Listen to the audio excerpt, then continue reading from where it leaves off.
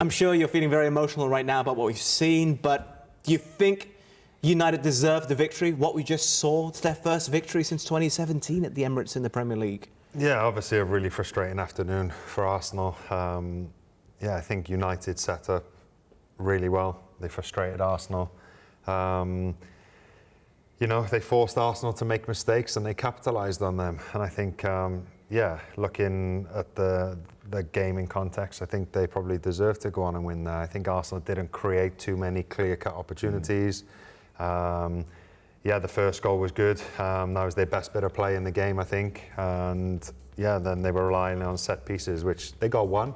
They got back into the game, but then you can't concede straight away. Well, that soon after when you get back into the game, and you've got the crowd back behind you, and you've got 10 minutes to go. So yeah, very frustrating. But yeah, I thought United were very good, and yeah, there was some cracking finishes in there as well from them.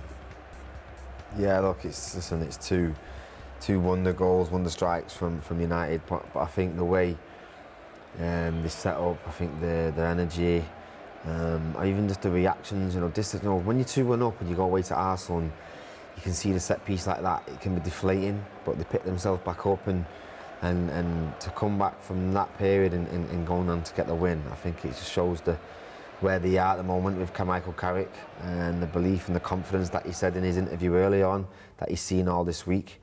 And I think they fully deserved it. Obviously, I'm very happy. But yeah, it's a massive win, massive back-to-back wins in the Premier League, and it's all to play for now and for the rest of the next 15 games. Yeah, 15 games or so for Michael Carrick. But for Arsenal, you're talking about the fact that they couldn't finish their chances. I'm looking back at their previous league games, just the league.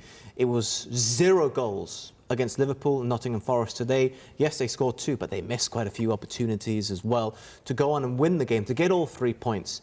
You can say, yep, they scored in Europe, I understand, but it seems to be much more competitive in the Premier League right now than it is in Europe. Look at the win percentage of every Premier League club in the Champions League goes way up in Champions League compared to Premier League. Look what they are on the table, for example. Yeah, I think nothing compares to the Premier League. I mean, the intensity that they play at is so difficult for teams. I think that's evident to see in the Champions League with so many teams doing well from the Premier League. So, yeah, we have to put that to a side.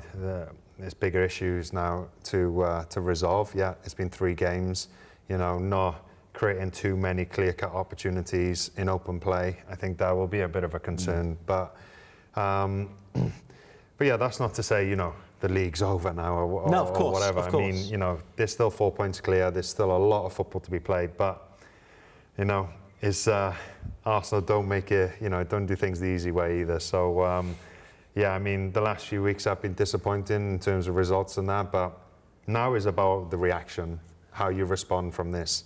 Yeah, it was a huge disappointment. We all thought Arsenal at home, you know, would win this game. In recent times, they've been so dominant in this fixture that, you know, but fair play to Carrick and his staff, and the reaction that they've got out of that United team at the moment has been it's been brilliant. But I think they've been 2 perfect games for them as well, yeah. For the players to come into. I mean, you know, they're huge games regardless who's in charge. So, you know, for them to be given a fresh, you know, sort of energy going into them games, and it's evident to see they're at it at the moment. You said we all expected Arsenal to get the victory. I would like to point out predictions beforehand. There's a man with a megawatt smile right now in Danny Simpson.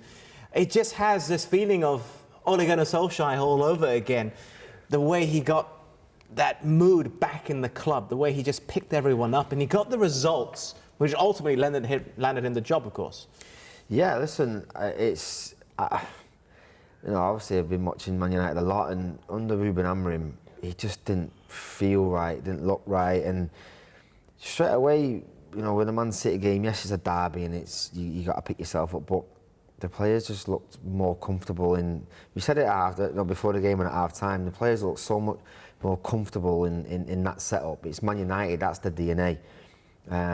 Michael Carrick's got that back into the group. Carrick's at the wheel. But listen, like I said before the show, I don't think these are the games where we're going to judge Michael Carrick as a coach or as a manager. You know, it's Fulham at home next week, Tottenham at home the week after.